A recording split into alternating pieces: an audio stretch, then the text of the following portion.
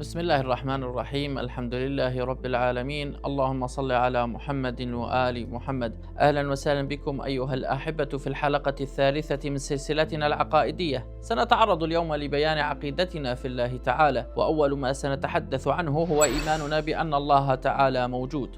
فنحن نؤمن بأن الله تعالى موجود، وأنه هو خالق هذا الكون العظيم الذي نعيش فيه، وهو الذي أخرج هذا الكون من العدم إلى الوجود. والأدلة على أن الله تعالى هو موجود عديدة وكثيرة، وسنتعرض في هذه الحلقة إلى دليل عقلي واضح وبديهي ولا ينكره أي إنسان عاقل ومنصف.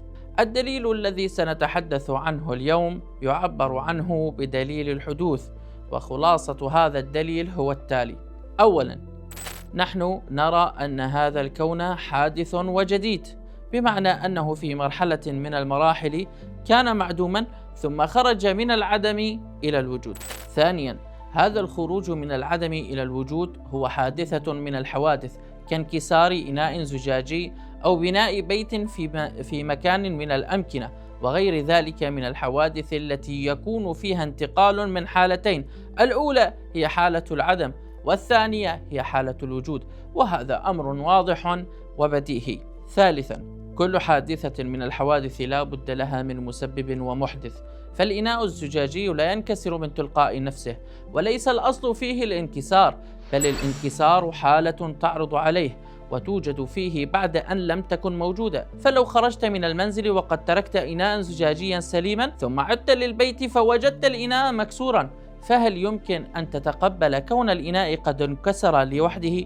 انكسر من تلقاء نفسه؟ بكل تأكيد لا. وكذلك بناء البيت، فهو حالة حادثة جديدة لم تكن موجودة سابقا ثم وجدت، فالموجود سابقا هو الإسمنت والحجارة والرمال ونحو ذلك من مواد البناء الأولية، والبيت بالصورة التي نراه عليها لم يكن موجودا قبل أن يقوم العمال ببنائه. تخيل معي أنك تمشي في غابة كبيرة ومعك أحد أصدقائك، فرأيتم بيتا كبيرا له أبواب ونوافذ وجدران وسقف، فتساءلت: من الذي بنى هذا البيت يا ترى؟ فأجابك صديقك: لم يبنه أحد، لقد وجد من تلقاء نفسه. هل ستقبل بهذا الجواب من صديقك؟ بكل تأكيد لا.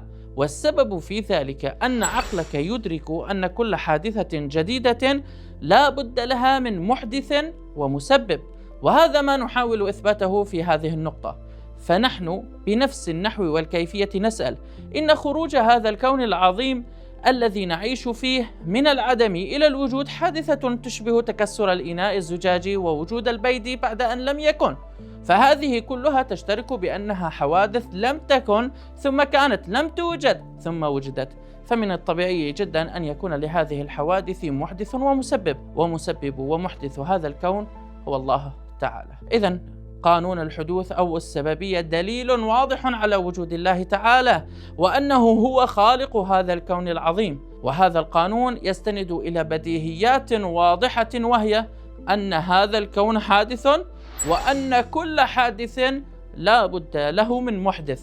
ومن أراد أن ينكر هذا الدليل فعليه أن ينكر إحدى هاتين المقدمتين، فإما أن يقول: أنا لا أؤمن بأن هذا الكون حادث، أو يقول: أنا لا نؤمن بأن كل حادث يحتاج إلى محدث.